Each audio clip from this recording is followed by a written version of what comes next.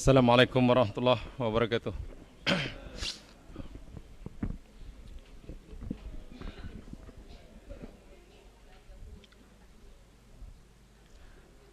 Innal hamdalillah nahmaduhu wa nasta'inuh.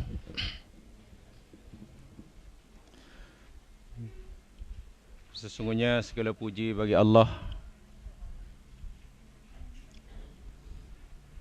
Tuhan yang selalu kita memujanya, memujinya,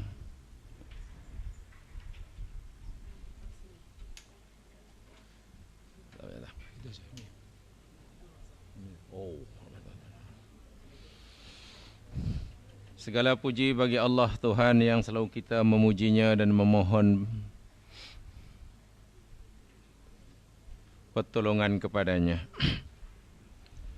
Na'udzubillahi min syururi anfusina min sayyiati a'malina.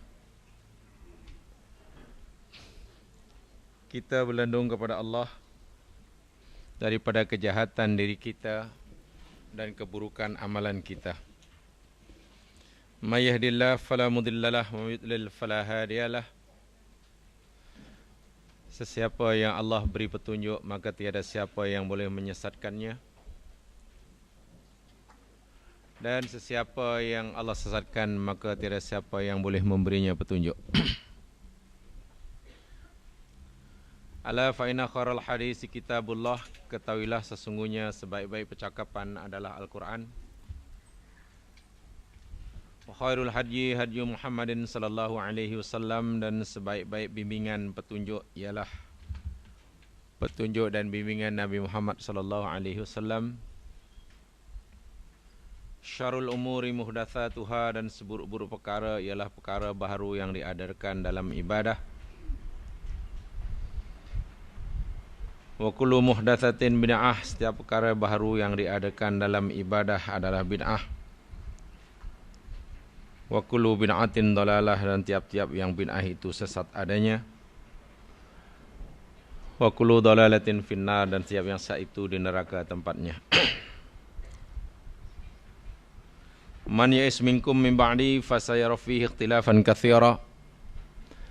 Sesiapa di antara kamu yang hidup selepas kematianku kelak, niscaya ia akan melihat perbezaan yang banyak. Wa'alaikum bisunnati sunnatil khulafai rasyidin al-mahdiyyin min ba'di.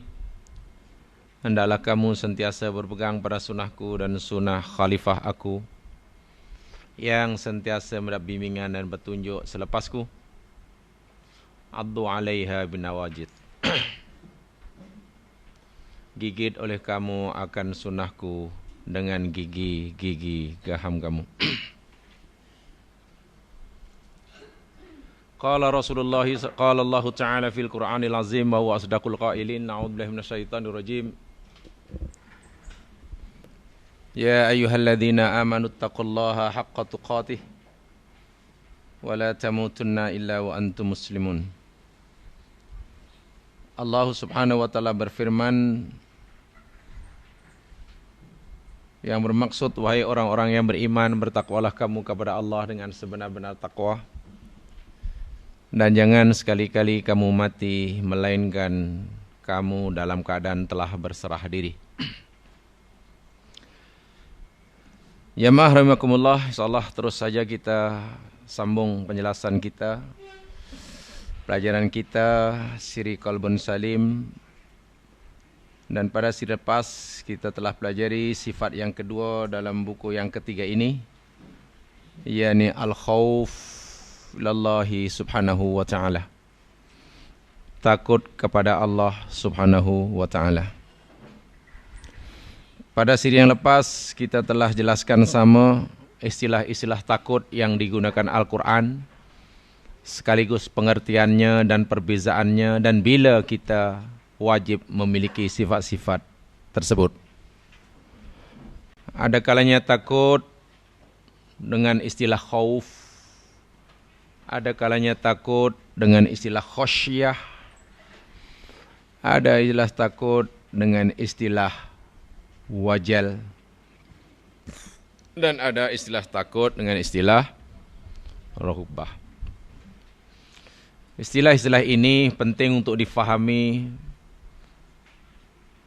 dan seterusnya diusahakan untuk setiap kita memilikinya bagi membolehkan apa yang disuruh oleh Allah dalam Al-Quran semuanya dilaksanakan sesuai dengan kehendaknya. Karena Allah Subhanahu wa taala bukan sekadar menyuruh kita melakukan satu perbuatan yang disukainya, tapi Allah juga telah menjelaskan bagaimana cara kita melakukannya. Mungkin niat kita sudah betul untuk melakukan yang disuruh, tapi barangkali cara kita melakukannya masih tidak mendapati sebagaimana yang ditetapkan oleh Al-Quran. Sebab itulah Al-Quran bukan sekadar menyuruh kita melakukan suatu perbuatan, tapi juga telah diberitahu bagaimana cara kita mengamalkannya. Kita masih bicara tentang sifat yang kedua, al-khauf atau al-khosyah atau wajal atau rahbah ini. Saya ingin sampaikan pesanan yang disampaikan oleh Khalifah Bani Umayyah yang terkenal hebat semasa memerintah, yang bernama Khalifah Umar bin Abdul Aziz, yang gaya pemerintahannya menyerupai Khalifah yang kedua Umar bin Khattab. Khalifah yang sangat wara', sangat takwa, sangat zuhud, dan begitu takut sekali kepada Allah Subhanahu wa ta'ala. Baginda Umar bin Abdul Aziz pernah berkata berkaitan dengan takut ini, katanya, man khafallah khafahu kullu syai' wa man lam yakhafillah akhafahu min kulli syai'. Man khafallah khafahu kullu syai' wa man lam yakhafillah akhafahu min kulli syai'. Bukan ayat Quran, bukan sabda Nabi, bukan ucapan sahabat, tetapi pesanan yang diberikan oleh Khalifah Umar bin Abdul Aziz. Khalifah yang sangat wara', walaupun tidak lama memerintah, tapi benar-benar gaya pemerintahnya dapat membimbing umat ke jalan yang diridai oleh Allah. Maksudnya, man khafallah khafahu kullu syai'. Sesiapa sahaja yang takut Allah, siapa sahaja yang takut Allah, khafahu kullu syai', niscaya segala sesuatu takut kepadanya. Wa man lam yakhafillah akhafahu min kulli syai', dan sesiapa yang tidak takut kepada Allah, niscaya Allah jadikan dia takut kepada segala sesuatu. Siapa yang takut Allah sahaja, Allah akan jadikan segala sesuatu makhluk ciptaan Allah takut kepadanya. Tapi siapa yang tidak takut Allah, Allah jadikan orang itu takut kepada semua ciptaan Allah. Bermakna orang yang kuat, orang yang hebat, yakni orang yang hanya takut Allah sahaja. Bagaimana seorang yang sangat lemah, begitu takut dalam menjalani kehidupan, sehingga terpaksa bersandar harap kepada sesama manusia. Kisah yang dinyatakan dalam Al-Quran sangat banyak. Tapi setelah ia ada dalam hatinya rasa takut kepada Allah sahaja, tiba-tiba ia menjadi orang yang sangat kuat. Karena segala sesuatu akan takut kepadanya. Ahli sihir Fir'aun sebelum mengenal Allah, orang yang sangat lemah. Sangat-sangat lemah. Sehingga ia hanya bergantung harap dalam menjalani kehidupan kepada Fir'aun yang dipujanya. Bila ia berada dekat dengan Fir'aun, pasti hidupnya bahagia. Bila jauh daripada Fir'aun, pasti susah. Kesenangan, kebahagiaan, kesusahan, yakni bergantung kepada seberapa dekat ia dengan Fir'aun. Cukup takut, apalagi dimarahi, apalagi diusir oleh Fir'aun laknatullah alaih. Tetapi selepas ahli sihir Fir'aun ini ada perasaan takut dalam hatinya hanya kepada Allah sahaja dan tidak kepada yang lainnya, segala sesuatu takut kepada mereka. Fir'aun takut, seluruh orang takut, bahkan syaitan pun takut kepadanya. Tetapi jika orang tidak takut pada Allah, Allah akan jadikan orang itu takut kepada seluruh makhluk Allah. Malam jadi siang dia takut, kehilangan barang takut, kematian takut. Mungkin ada cicak jatuh malam Jumat pun sudah takut. Baru berjalan, mungkin nak keluar rumah, ada kucing hitam melintas, sudah takut. Takut, takut dan takut. Ada musibah sedikit, takut. Kehilangan barang, takut. Mendengar ramalan masa depan, takut. Yang ada hanya takut, takut, takut dan takut. Kenapa? Ini sebagai bukti bahawa dalam hati seorang itu tidak ada rasa takut sedikit pun kepada Allah. Untuk menghalau, menghilangkan perasaan takut kepada segala sesuatu, bahkan mengubahnya segala sesuatu takut pada kita, tanamkan rasa takut hanya kepada Allah. Hanya kepada Allah. Ya marahmakumullah, takut kepada Allah, sebagaimana yang telah kita beri pada siri yang lepas, yakni bukan hanya dalam perasaan. Takut kepada Allah sebetulnya membuat orang mukmin menjadi berhati-hati dalam menjalani kehidupan. La yatahawanuna fi irtikabil ma'asi. Mereka tidak menjadi begitu mudah melakukan maksiat. Wa yusiruna min hawa wa qillatul khawmin wa nisyanu 'azamati subhanahu wa ta'ala, dan tidak mudah melupakan Allah subhanahu wa ta'ala. Kita mungkin mengatakan takut kepada akhirat, takut pada azab Allah. Tapi pengakuan kita ini belum diterima oleh Allah selagi mungkin ada orang yang idza tarakas shalah dhahik. Walaupun dia meninggalkan solat, dia masih tertawa. Takut apa? Tinggal solat, tertawa, itu bukan orang takut. Wa idza irtakabal haram fariha. Melakukan perkara yang haram, gembira. Itu bukan takut. Menangislah dengan air mata darah sekalipun. Tidak dikatakan takut jika ia meninggalkan yang disuruh, gembira. Melakukan yang dilarang, juga gembira. Takut ialah terletak kepada sama ada kita ini takut meninggalkan yang disuruh ataupun takut melanggar yang ditegah. Al khaufu ma hajazuka an maharimillah. Begitu kata Ibnul Qayyim begitu kata Imam Ibnu Taimiyah yang dikutip oleh muridnya Ibnul Qayyim Al-Jauziyah di dalam kitabnya Madarijus Salikin.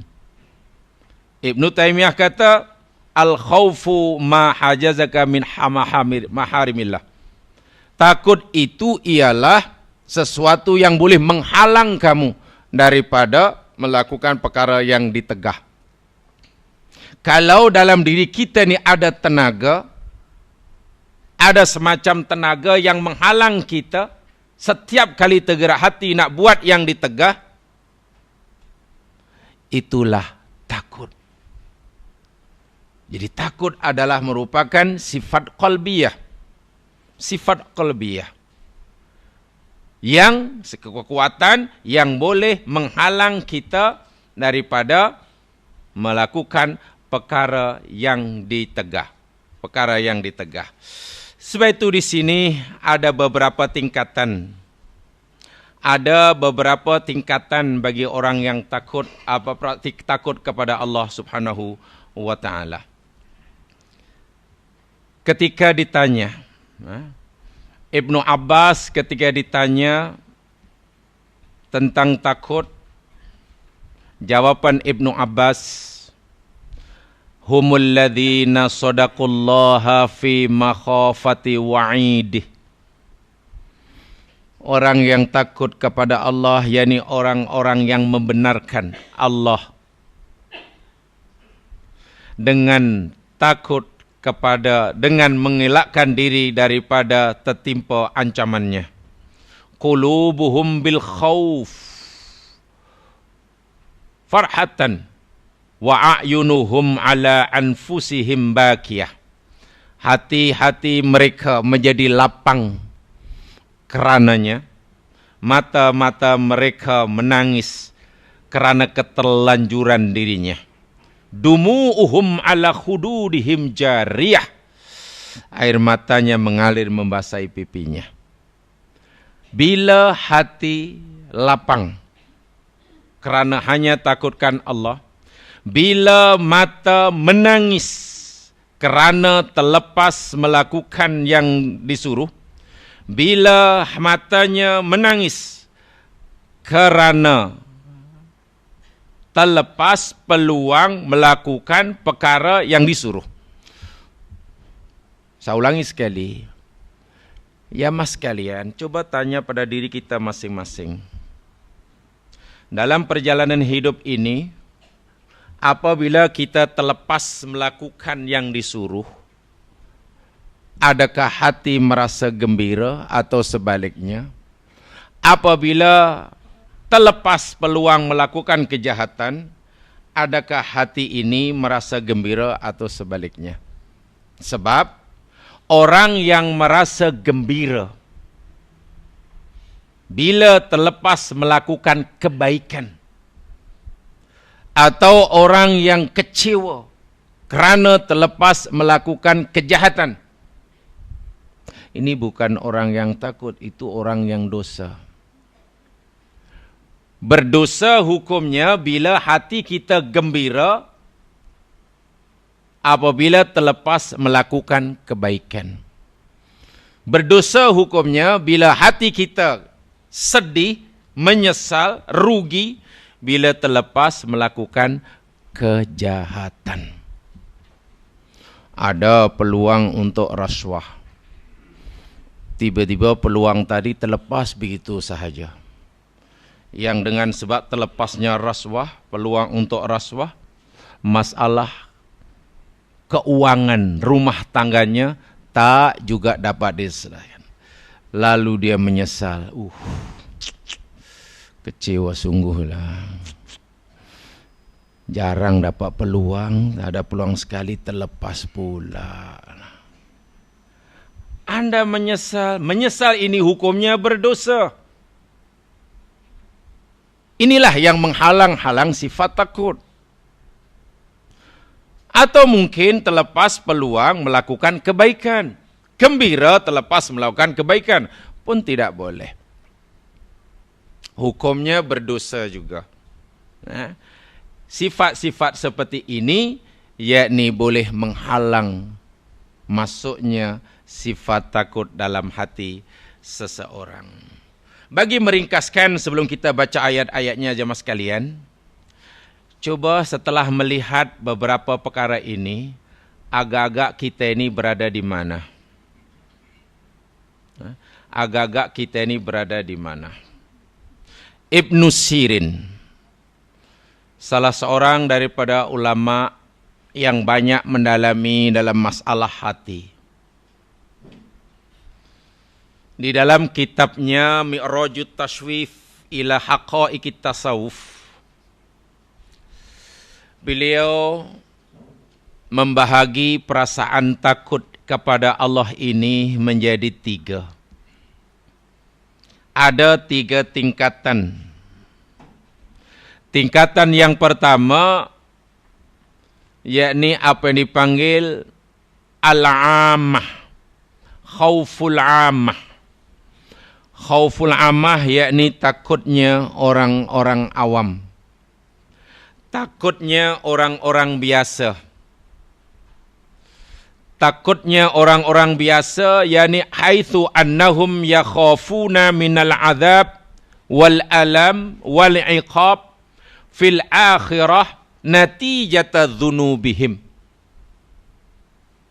Takut akan tertimpa azab dan siksa dunia dan akhirat akibat kejahatan mereka. Takut tertimpa azab dunia ataupun akhirat akibat kejahatan yang dilakukannya. Ini takutnya orang awam. Ini takutnya orang mukmin biasa. Kita takut bila meninggalkan yang disuruh. Takut berdosa. Takut kena siksa. Kita takut mencuri. Karena bila kita mencuri berdosa dan Allah akan murka. Bila tidak bertaubat akan disiksa. Takut tertimpa siksa akibat kejahatan yang dilakukan. Ini tingkatan takut yang paling rendah. Lumayan, sekurangnya masih ada. Walaupun ia paling rendah. Atas sedikit namanya khauful khasah. Khauful khasah. Takutnya orang-orang yang istimewa. Yang khusus. Apa dia? Haitsu annahum yakhafuna minal itabil ilahi lahum bisababi taksiratihim fi jambillah. Dia takut dicela oleh Allah Subhanahu wa taala kerana cuai dalam melakukan segala yang disuruh. Takut dicela oleh Allah kerana cuai melakukan yang disuruh. Allah suruh dia solat, lalu dia solat. Tetapi semasa solat, takut bahawa solat yang dilakukan tidak sebagaimana yang disuruh. Tidak sesempurna yang dikehendaki. Dia boleh buat lebih, tetapi dia buat kurang. Sebab itulah dalam kisah, dalam ayat yang dalam siri yang lepas, selepas mereka melakukan yang disuruh, hatinya takut. Bukan takut karena meninggalkan perintah, tapi takut jangan-jangan suruhan yang baru dilakukan ini tidak diterima kerana masih ada kekurangan di sana sini. Takut yang kedua ini lebih tinggi. Bukan takut kerana meninggalkan perintah atau melanggar larangan. Bukan takut kepada siksa akan menimpanya akibat kejahatannya. Tetapi takut mendapat celaan daripada Allah. Bukan hukuman, celaan. Kenapa kita hanya mau buat seperti itu, sedangkan kita mampu buat lebih daripada itu? Coba renungkan betul-betul. Bukankah dalam kehidupan ini sebenarnya kita diberi kemampuan lebih, tapi karena kemauannya kurang, sehingga banyak sesuatu yang hakikatnya kita mampu buat, tapi kita tak buat. Bukan kerana tak mampu, tak mau. Allah bagi kemampuan pada kita untuk buat 10 perkara. Malangnya kita hanya mau buat 6. Itu yang ditakuti. Sebab itu setiap kali melakukan yang disuruh, dia merasakan bahawa amalan yang disuruh yang Allah suruh yang dia buat itu, dia merasa belum dapat dilaksanakan, dibuat sebagaimana yang diharapkan. Dia merasa masih belum sempurna. Sehingga merayu-rayu pada Allah, sungguh pun belum sempurna, agar Allah menerimanya. Takut ditolak. Ini yang dipanggil wajilah. Ini sangat penting. Sangat penting. Tempoh hari kita pelajari. Lepas beramal, jangan take for granted. Mesti terima. takkan tak terima. Ini bahaya yang luar biasa. Ini namanya maghrur. Maghrur itu terperdaya. Takkan macam ni tak diterima. Tadi saya solat sudah begitu cantik. Tadi saya tolong orang sini, takkan tak diterima. Mesti diterima punya. Subhanallah. Bukankah saya tasbih tadi sudah sekian ratus kali, takkan tak diterima? Inilah kita memastikan amalan itu diterima. Sehingga kita melihat amalan itu terlalu besar dalam pandangan kita. Yang jangan-jangan amalan yang kita lakukan itu sebenarnya dinilai sangat kecil dalam pandangan Allah. Kerana kita masih taksir dalam melakukannya. Taksir makna cuai. Jangan lupa, Nabi mengajar doa kepada kita. Tammim taksirona, tammim taksirona. Ya Allah, sempurnakanlah ya Allah kecuaian kami. Sebenarnya hamba ini mampu buat 10 ya Allah. Tapi kerana kami cuai, kami kurang ada kemauan. Walaupun ada kemampuan, kami hanya mampu buat 8. Yang 2 itulah namanya taksir.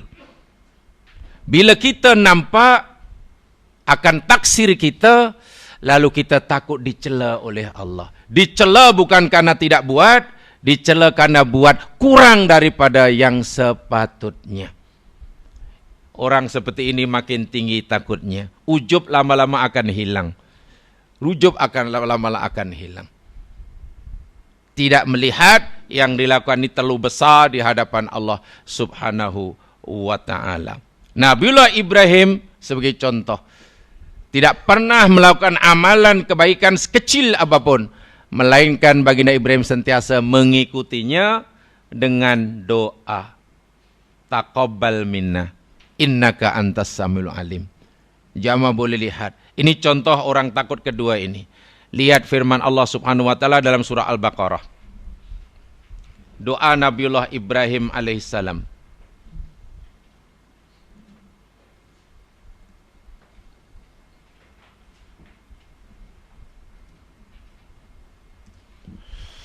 Di dalam surah Al-Baqarah ayat 127. Inilah dia takut. Takut apa? Takut kena cela. Walhal mungkin kita dah buat ikut kadar kemampuan kita. Mungkin. Nabiullah Ibrahim tentu adalah tentu seorang hamba Allah yang sangat sempurna perjalanan hidupnya. Betapa tidak baginda Nabi Ibrahim ambil oleh Allah sebagai Khalilullah. Khalilullah. Sehingga Nabi SAW pun disuruh oleh Allah untuk menjadikan Ibrahim sebagai uswah hasanah. Sungguh pun begitu. Ketika Nabi Ibrahim melakukan amalan kebajikan, perintah Allah Subhanahu wa taala contohnya mendirikan Ka'bah. Wa id yarfa'u Ibrahimul qawa'id minal baiti wa Ismail. Dan ingatlah ketika Ibrahim sedang meninggikan tiang-tiang Ka'bah dibantu oleh putranya. Yarfa'u itu fi'il mudhari'. Membawa mana istimrariyah. Maknanya Ibrahim ketika sedang membina Ka'bah, bukan lepas membina Ka'bah. Bukan sebelum, bukan selepas, semasa pembinaan itu berjalan. Yakni satu persatu batu bata itu disusunnya.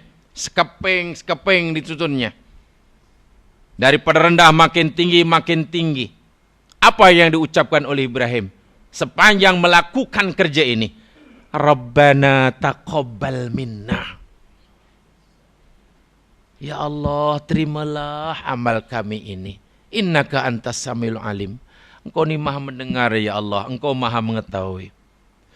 Apa yang terlintas dalam hati hamba-Mu ini ya Allah. Jika ada perasaan riak sedikit pun, Engkau maha mengetahui. Engkau maha mendengar. Nabi Ibrahim tahu. Nabi Ibrahim tidak memastikan yang amalnya akan diterima. Sebenarnya Ibrahim penuh kekhawatiran. Karena khawatir amalnya tidak diterima. Karena takut amalnya ditolak. Karena takut ia dicela yang karena sepatutnya ia boleh buat lebih daripada itu. Maka Ibrahim merayu-rayu kepada Allah. Takut yang kedua ini lebih tinggi daripada yang pertama. Sebab itu setiap kali melakukan, setelah usai kita melakukan yang disuruh, ya sebetulnya bukannya gembira rupa-rupanya, takut. Wajal yang kita pelajari tempoh hari ya, namanya wajal. Yang teratas sekali, subhanallah, ini dipanggil khauful hawas, yakni takutnya orang yang sangat-sangat istimewa. Takutnya orang-orang yang sangat istimewa, khususul khusus, takutnya muqarrabin, yakni bukan takut ditimpa siksa, karena kejahatannya, maklum muqarrabin tidak buat jahat. Bukan takut dicela Allah, karena cuai dalam melakukan perintah, karena muqarrabin tidak cuai. Tapi kalau sudah tidak cuai, tidak buat yang ditegah, dan juga tidak cuai melaksanakan suruhan, lalu takut sebab apa? Haitsu annahum yakhafuna min turu'il hijab allati tahjubul qulubu 'anillahi ta'ala fa ashaddu yakhafuna al-bu'da wal firaq. Takut jauh daripada Allah Subhanahu wa taala. Takut terhijab daripada Allah Subhanahu wa taala. Baik, saya nak bagi satu contoh. Contoh mudah.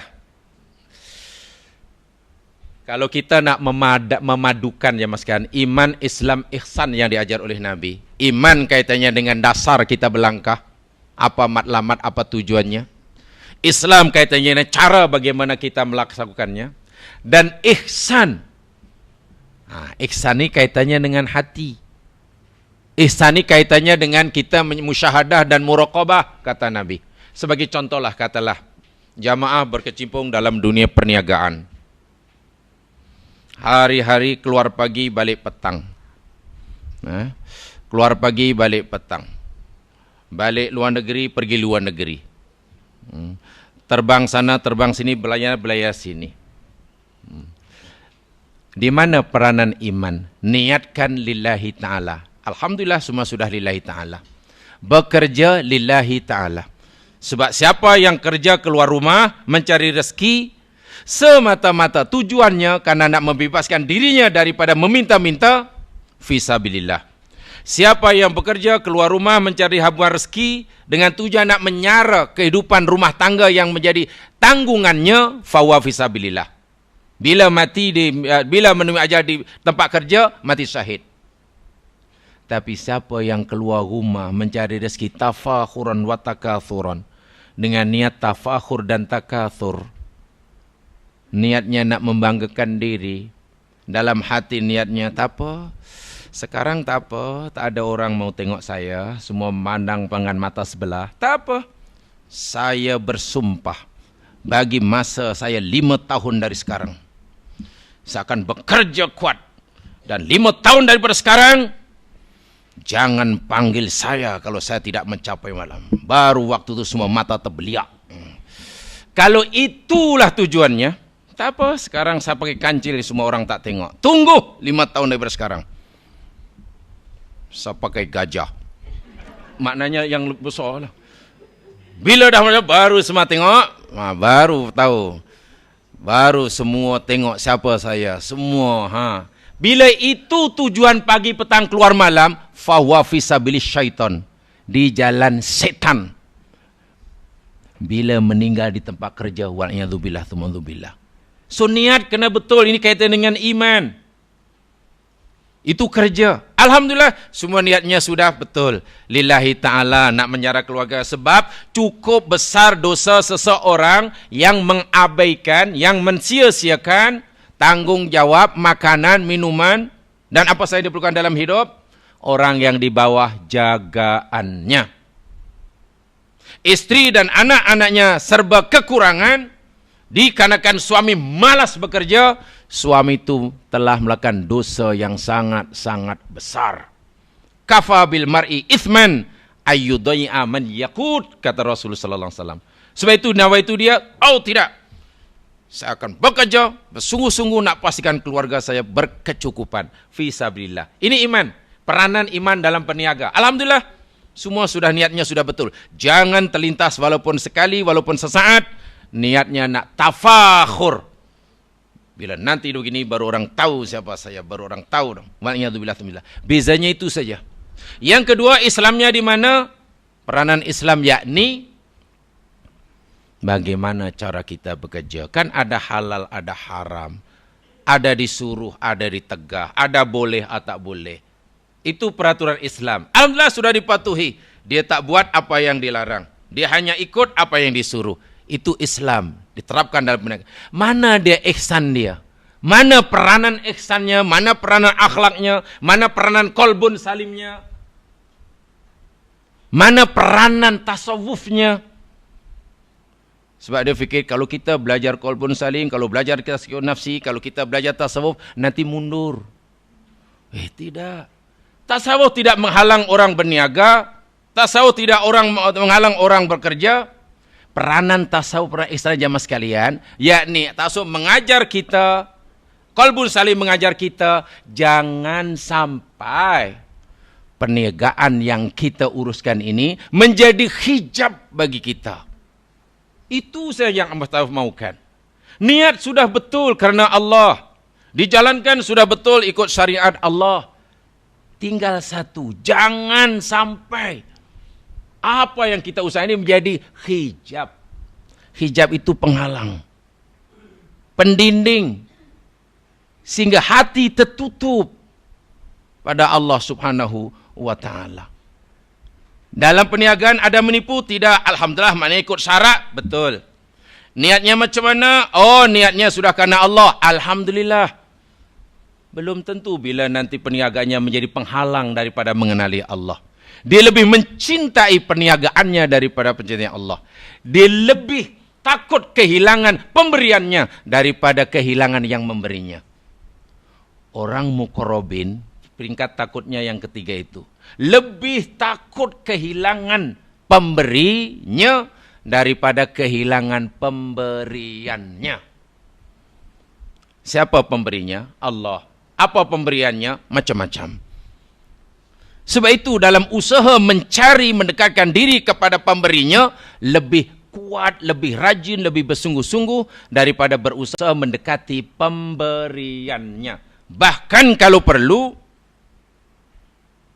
takut orang muqarrabin ini mengorbankan pemberian untuk mendekati pemberinya. Akhirnya inilah yang berlaku. Yang ditakuti hanya Allah. Dia hanya takut kehilangan satu sahaja. Takut kehilangan Allah. Bukan takut kehilangan pemberinya. Masalahnya jamaah sekalian. Sebagai contoh lah. Ada satu ungkapan lah yang diberikan oleh Ibnu Athaillah dalam kitab Al-Hikam. Ijtihaduka, ini sering saya sebutkan. Ijtihaduka fima dhamina laka wa taqsiruka fima talaba minka dalilun alantimasil basirati minka. Dalam bahasa Indonesia lebih kurang, bersungguh-sungguhnya kamu dalam mencari sesuatu yang Allah telah beri jaminan buat kamu, dan kecuaian kamu melakukan apa yang Allah minta dari kamu, itu sebagai bukti bahwa hatimu buta. Hijab. Hati buta itu benar hijab lah. Apa maknanya? Saya tunjukkan ayatnya. Coba jamaah lihat ayat ini. Mungkin dengan ayat ini lagi mudah.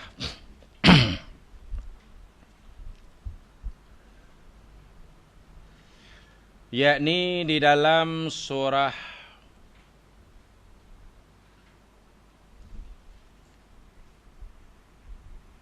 Toha. Mudah saja. Surah Toha, surah 20, ayat 132. Saya ulangi sekali, Takut yang paling tinggi yakni takut hati ini terhijab daripada Allah Subhanahu wa taala. Terhalang. Bukan takut kena siksa karena golongan ketiga ini dah melakukan maksiat. Dah tidak melakukan maksiat. Bukan takut kena cela ketika menunaikan karena ia telah bersungguh-sungguh. Tapi takutnya lain pula. Takut hatinya terhijab, tertutup, terlindung. Firman Allah dalam surah 20 ayat 133, Allah wahyukan 132, Allah wahyukan kepada Nabi Muhammad sallallahu alaihi wasallam. Sebagian wahyu itu ialah wa'mur ahlaka bis salat wastabir 'alaiha. Perintah dan suruhlah wahai Muhammad keluarga kamu untuk terus melakukan solat dan bersabar, istiqomah dalam melakukannya. Solat itu adalah ibadah lah. Ibadah. La nas'aluka rizqan. Kalau Allah kata, kami tak minta kepada kamu, tak minta pada kamu rezeki. Kami tak minta apa-apa rezeki daripada kamu. Sebaliknya, nahnu narzukuka. Kamilah yang bagi kamu rezeki. Allah kata, solatlah. Sembahlah aku. Makna yang luas dalam surah Az-Zariyat, wa ma khalaqtul jinna wal insa illa liya'budun. Aku tak cipta kamu wahai jin dan manusia melainkan semata-mata untuk menyembah aku. Sembah aku. Itu kerja kamu kata Allah. Itu tujuan aku cipta kamu. Menyembah aku. Mengabdikan diri hanya kepada aku. Aku suruh kamu duduk, kamu mesti duduk. Aku suruh diam, mesti diam. Suruh berjalan, jalan, berdiri, berdiri. Sehingga aktiviti kehidupan kita daripada pagi hingga ke pagi semula, duduk, diam, berdiri kita, hendaklah ada nilai ubudiyah. Sebab kita dicipta oleh Allah hanya untuk itu. Ibadah. Allah kata buat, buat. Allah kata jangan buat, jangan buat. Allah kata jujur, jujur. Allah kata jangan menipu, ya jangan. Allah kata jangan rasuah, ya jangan rasuah. Allah kata jangan kong-kalingkong, ya tinggalkan kong-kalingkong. Kong-kalingkong itu bahasa apa, saya pun tak tahu. Karena bahasa pun susah difahami, maknanya kejahatan yang paling teruk lah. Saya sering membuat contoh seperti ini untuk mengingatkan diri saya. Saya ulangi sekali, Allah suruh kita, Allah cipta kita, satu je kerja kita. Sembah aku, kata Allah. Maknanya, aku ada peraturan ini, patuhilah. Kalau aku suruh buat ini, buat. Kalau aku kata jangan buat ini, jangan buat. Itu saja. Mungkin kita begini. Ya Allah, benar Engkau larang kami bohong, ya Allah. Benar, ya Allah, Engkau suruh kami bercakap benar, ya Allah. Benar, ya Allah, Engkau suruh larang kami menipu, ya Allah. Dan kami wajib patuh, tak boleh tipu sebab memanglah Engkau cipta kami untuk patuh padamu. Engkau kata jangan tipu, kami sepatutnya tak tipu. Tapi ya Allah, Engkau tahu kan, zaman sekarang ni kalau tak tipu, susah. Tak, saya gunakan bahasa yang mudah difahami, taklah betul-betul macam tu. Yang kata tu dalam hati, zaman sekarang kalau tak tipu susah ya Allah. Mau makan susah kalau tak tipu. Tapi Allah kata jangan tipu. Aku cipta kamu ini untuk menyembah aku. Tak lebih daripada itu. Aku kata jangan rasuah. Ya sudahlah jangan rasuah. Sikit pun tak boleh. Tak boleh. Kita kata ya Allah. Betul rasuah itu larang. Tapi zaman sekarang kalau tak rasuah mana dapat? Susah. Macam mana nak makan kalau tak tipu? Macam mana tak nak rasuah? Kalau kita inginkan itu macam mana nak Rasulullah? Nanti kita akan kehilangan itu ya Allah. Kami tak boleh buat itu ya Allah. Kami tak boleh beli itu. Kami tak boleh pakai itu. Tak boleh. Kalau itulah yang terlintas pada diri anak Adam. Apa jawab Allah? Aku bukan minta kamu rezeki. Aku yang bagi kamu rezeki. Itu fikir betul-betul.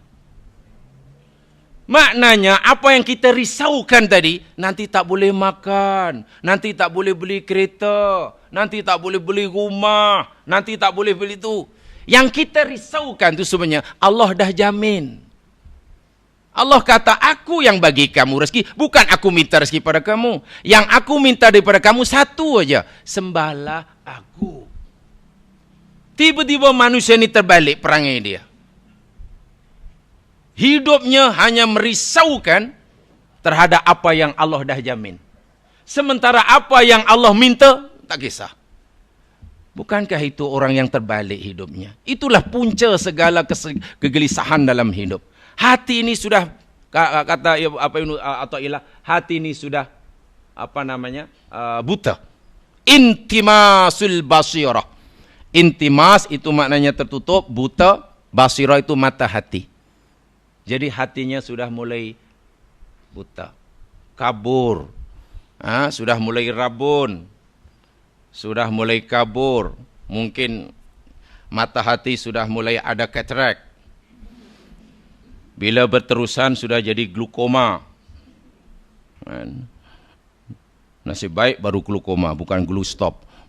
Kalau glue stop lagi, baru glukoma.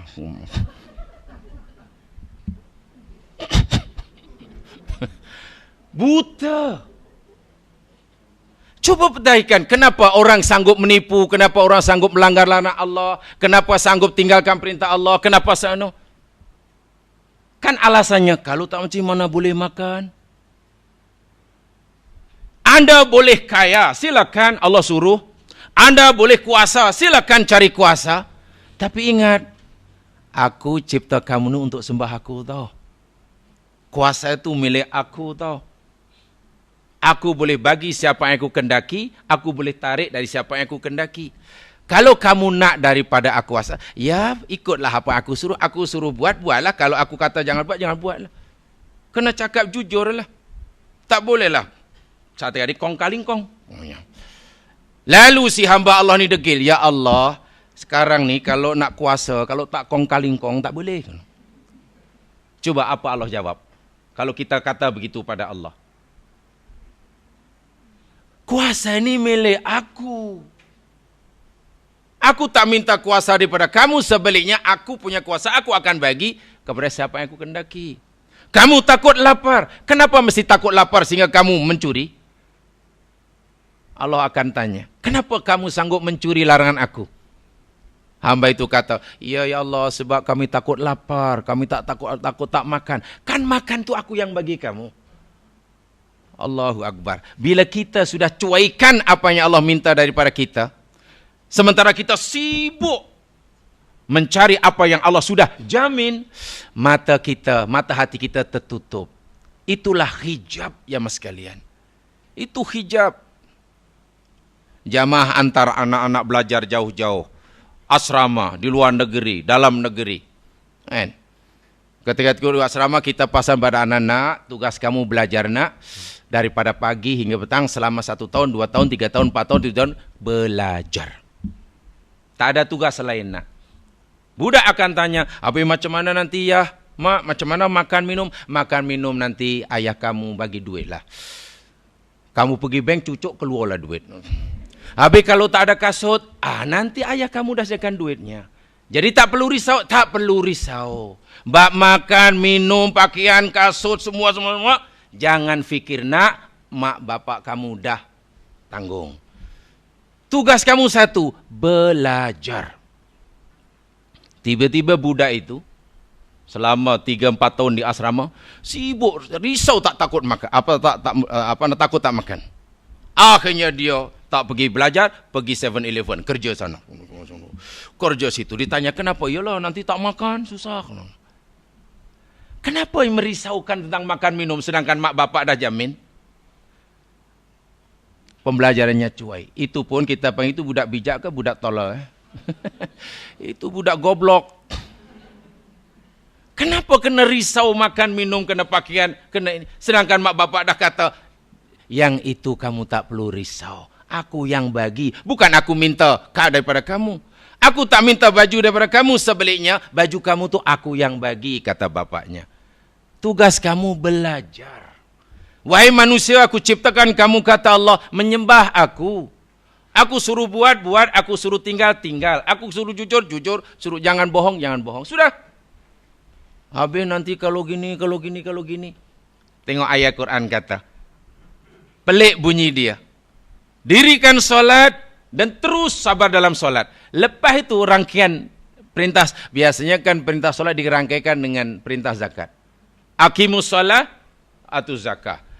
Dirikan solat, zakat. Solat, zakat. Tapi ayat ni tengok bunyi dia pelik. Suruh keluargamu solat dan tekun dalam solat, terus menjalin keharmonian hubungan dengan pencipta. Tapi selepasnya pula, aku tak minta rezeki daripada kamu, tahu. Kami yang bagi rezeki. Sebab biasanya kalau orang ingin menjadi hamba Allah yang baik, jujur dalam kehidupan, dia biasanya akan risau. Kalau jujur sangat, zaman moden ni kena pijak. Kalau lurus bendul, susah nak cari makan. Kena. Apa dipanggil tadi? Oh, kong kalingkong. Kong kalingkong tutup mata, celuk kantong. Begitu maksudnya. Nipu lah tu, menipu.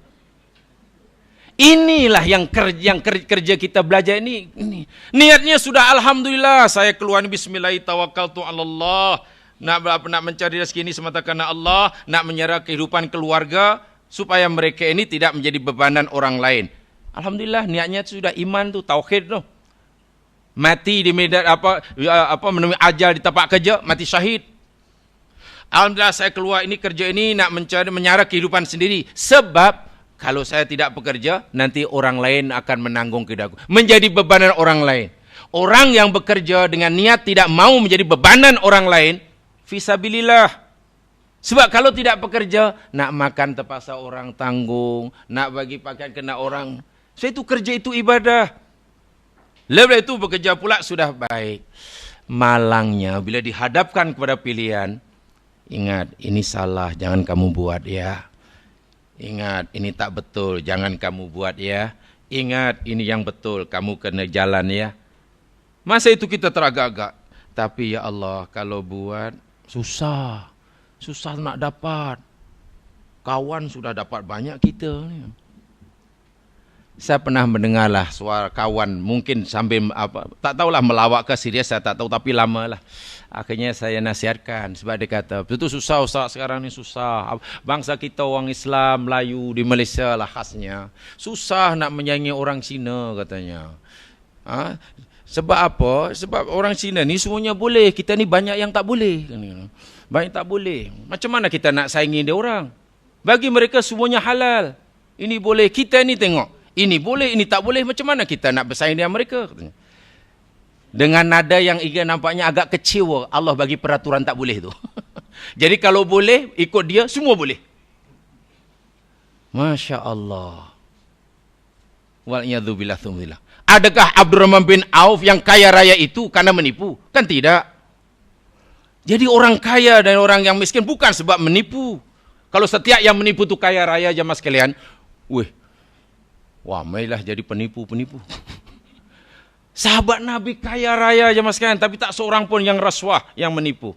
Sebab dia tahu kerja dia hanya ibadah. Yang paling dia takuti bila hatinya ini sudah terhijab dengan Allah. Bila terhijab, habis. Hati terhijab mana hatinya buta ya. Itu takut yang paling tinggi. Yang paling tinggi. Minimum kita takut ditimpa musibah. Minimum kita takut ditimpa siksa. Minimum tu. Yang kedua, karena kita berusaha meninggalkan segala maksiat, buat yang disuruh, mana rasa takut tadi? Bukan karena takut kena siksa.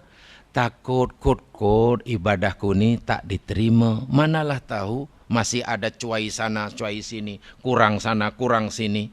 Sebetulnya aku mampu buat lebih, tapi kenapa hanya boleh buat seperti ini? Dia nampak kecuaian dirinya. Takut kena cela. Takut kena tegur. Ditingkatkan lagi, tingkat lagi. Akhirnya sampai satu peringkat. Takut jika hatinya ini terhijab daripada melihat Allah Subhanahu wa ta'ala. Itu yakni takut yang paling tinggi. Yang pasti semuanya tadi, yakni karena sama ada merasakan kelemahan dirinya di hadapan Allah yang Maha Agung, ataupun dapat merasakan keagungan Allah.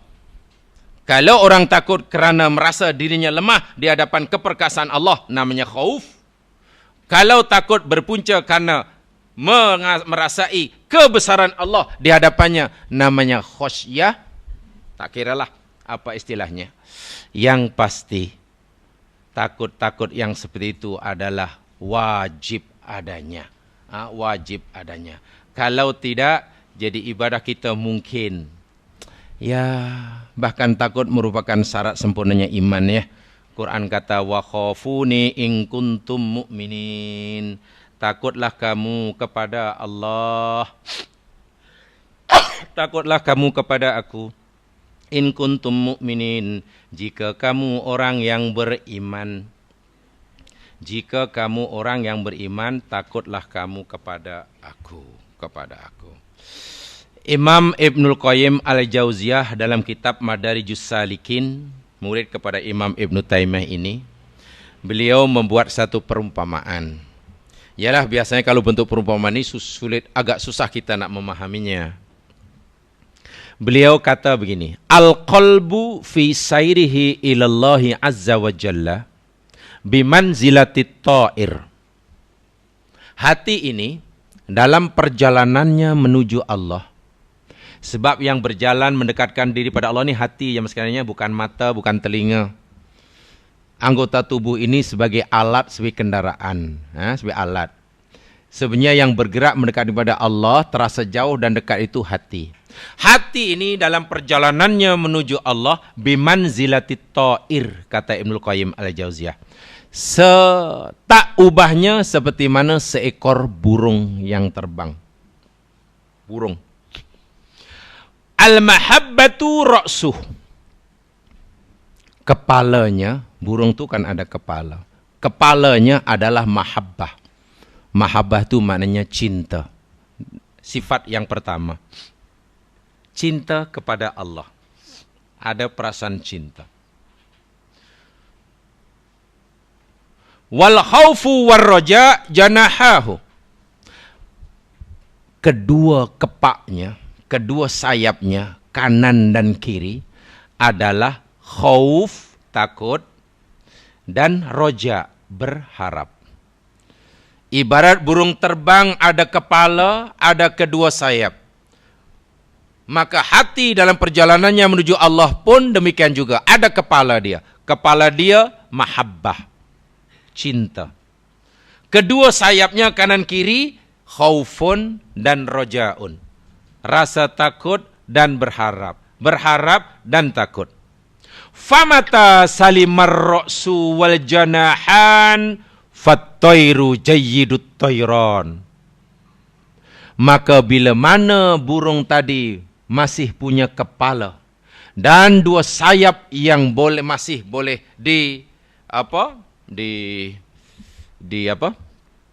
digerak-gerakkan, maka burung itu akan terbang dan sampai ke destinasi yang dituju. Kepala ada, kedua kepaknya pun fungsi. Ya, sampailah ke destinasi.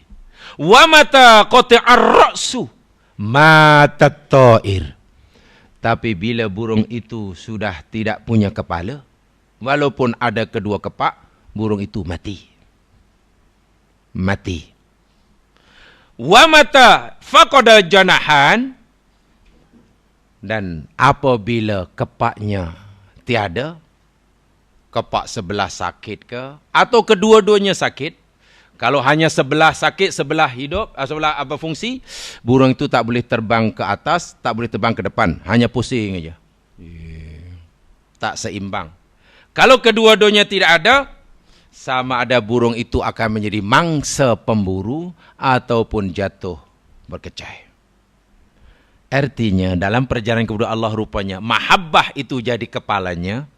Oleh itu melakukan apa saja yang disuruh, tinggal yang ditegah, pastikan ada perasaan mahabbah, cinta kepada Allah. Sayap kanan dan kiri ialah takut dan berharap. Dan tiap hari telah kita jelaskan, ibadah orang kepada Allah atas dasar cinta kepadanya lebih tinggi daripada ibadah seseorang atas dasar takut. Ibadah orang yang cinta kepada Allah makomnya lebih tinggi daripada ibadah karena takut. Lagi sekali, paling tidak kita hendaklah termasuk daripada 3 martabat takut tadi. Paling tidak ada takut ditimpa azab kerana kejahatan yang telanjur dilakukan. Alhamdulillah kalau dapat meningkatkan rasa takut dicela kerana sedar akan kecuaian. Mampu buat tapi malangnya tak mau. Mampu buat 10 tapi malangnya hanya mau buat 9. Dia tahu yang satu itulah takut kena cela. Sehingga esok dia tidak akan mengulangi lagi. Sehingga ibadahnya makin sempurna, makin sempurna. Akhirnya yang paling tinggi, takut hati ini terhijab. Dan satu di antara terhijabnya hati, tadi saya telah jelaskan. Bila kita dalam hidup ini menyibukkan diri kita, mencari apa yang Allah dah jamin buat kita, pada masa yang sama kita cuai. Kita tinggalkan, kita abaikan apa yang Allah minta daripada kita. Allah suruh kita menyembahnya, kita cuaikan. Tapi kita khawatir tak dapat itu, tak dapat ini, tak dapat itu. Ini adalah punca kesengsaraan. Di samping lebih dahsyat daripada itu, ini menjadi punca terhijabnya hati. Terhijabnya. Sebab itu sangat, sayang sekali ya. Sayang sekali. Orang begitu takut tak dapat itu. Takut bila simpanan tidak bertambah. Takut bila perniagaan tidak berjalan. Takut bila rumah sewa tak ada penyewa. Beli rumah sewa, masa beli okey, sekali nak menyewakan tak ada. Takut begini, takut dah. Ilah aku macam mana ni, sedangkan ni bukan senang ni nak maintain tiap bulan gini, tapi tiap bulan keluar ni takut. Itu nanti kan, tapi sedikit pun tak takut mencuaikan perintah Allah. Tak solat, senyum aja. Anak tak solat, happy pula. Jadi inilah bila macam ni yang ada dalam hidup, pastilah tidak ada mana kebahagiaan. Kita boleh stres jamaah sekalian, tapi stres kerana masalah akhirat boleh. Jangan stres masalah dunia. Ini nak pilihan raya stres, lepas pilihan raya masih stres. Ini kan dunia itu. Masalah akhirat boleh stres. Kalau orang lebih takutkan, lebih risaukan malah masalah akhirat daripada masalah dunianya, nanti masalah dunia oleh Allah akan dicukupi. Hadis sahih itu tentang humum. Sesiapa yang menjadikan masalah akhirat kesusahan, humumul akhirah, kerisauan akhirat ini yang menjadi keutamaan, maka Allah akan kafahu, Allah akan cukupkan dunianya. Contoh kecil saat tempoh hari saya nyatakan, contoh kecil yang selalu saya sebutkan sebab mudah difahami dan sering berlaku. Bila anak kita melakukan kesalahan, anak kita pecahkan pinggan, anak kita hilangkan telefon bimbitnya, anak kita apa sajalah buat kesalahan dunia lah, kan? Kita marah bukan main. Tapi bila anak kita tak solat, tak ada rasa pun rasa marah. Sebenarnya apa yang kita cari dalam hidup? Anak balik main, petang main bola, katakanlah dah dekat maghrib. Bila maghrib maknanya sembang asar ditinggal. Kali balik kita tanya Ya paling-paling, oh baru balik. Ya paling. Nampak risau ni pasal apa? Handphone yang ayah belikan semalam hilang ya. Hilang katanya.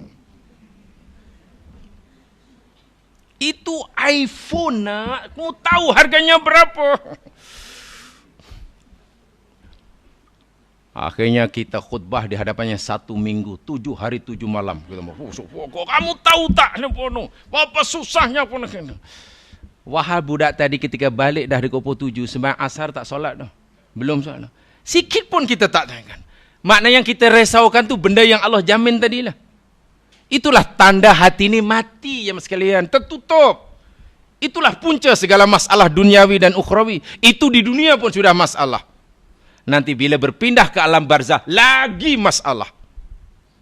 Hatinya sudah bermasalah di dunia. Kalau dunia pun menjadi punca masalah, apalagi akhirat yang lebih dahsyat, lagi menjadi punca masalah. Sebab itu dalam hidup ini apa yang kita berikan priority? Kita lebih takut kehilangan ini atau kehilangan itu? Kita takut kehilangan dapat ini atau dapat itu? Ini kaitannya dengan hati. Perlu dilatih. Bukan tidak boleh ya mas kalian, kecewa kehilangan barang bukan tidak boleh. Bukan itu maksudnya. Tapi kalau kita kecewa kehilangan barang, sepatutnya kita lebih kecewa bila meninggalkan yang disuruh, melanggar yang ditegah. Takkan hanya karena pirenggan pecah, marah. Sedangkan pada masa yang sama, banyak makanan dibuang, namanya mubadzir. Rasa tak bersalah. Macam mana mubadzir tak merasa bersalah dan boleh, mubadzir boleh happy pula. Pinggan pecah boleh mengamuk. Coba apa yang ada dalam kepala kita. Inilah yang saya katakan tadi. Hati itu sebenarnya sudah mulai ada penutup. Hijab. Itu yang wajib kita takuti. Ya pinggan pecah, ya esok kan diganti. Belikan pinggan yang tak boleh pecah. Beli pinggan yang tak boleh pecah. Tempurung ke sana kan.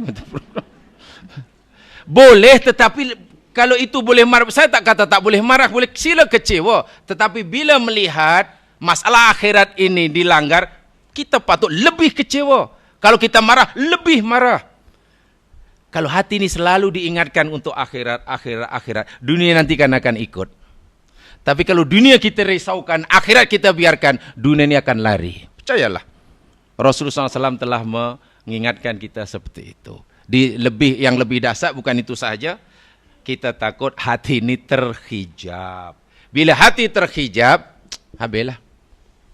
Namanya saja buta kan, buta hati. Yang Quran menyatakan. Jadi macam sia-sia lah. Hidup menjadi menderita, puncak segala kesengsaraan. Yang rahimakumullah, itulah tambahan saya penjelasan tentang takut kepada Allah Subhanahu wa ta'ala. Mudah-mudahan menambahkan pemahaman pada kita. Alhamdulillah kalau dikongsi bersama. Wallahu a'lam.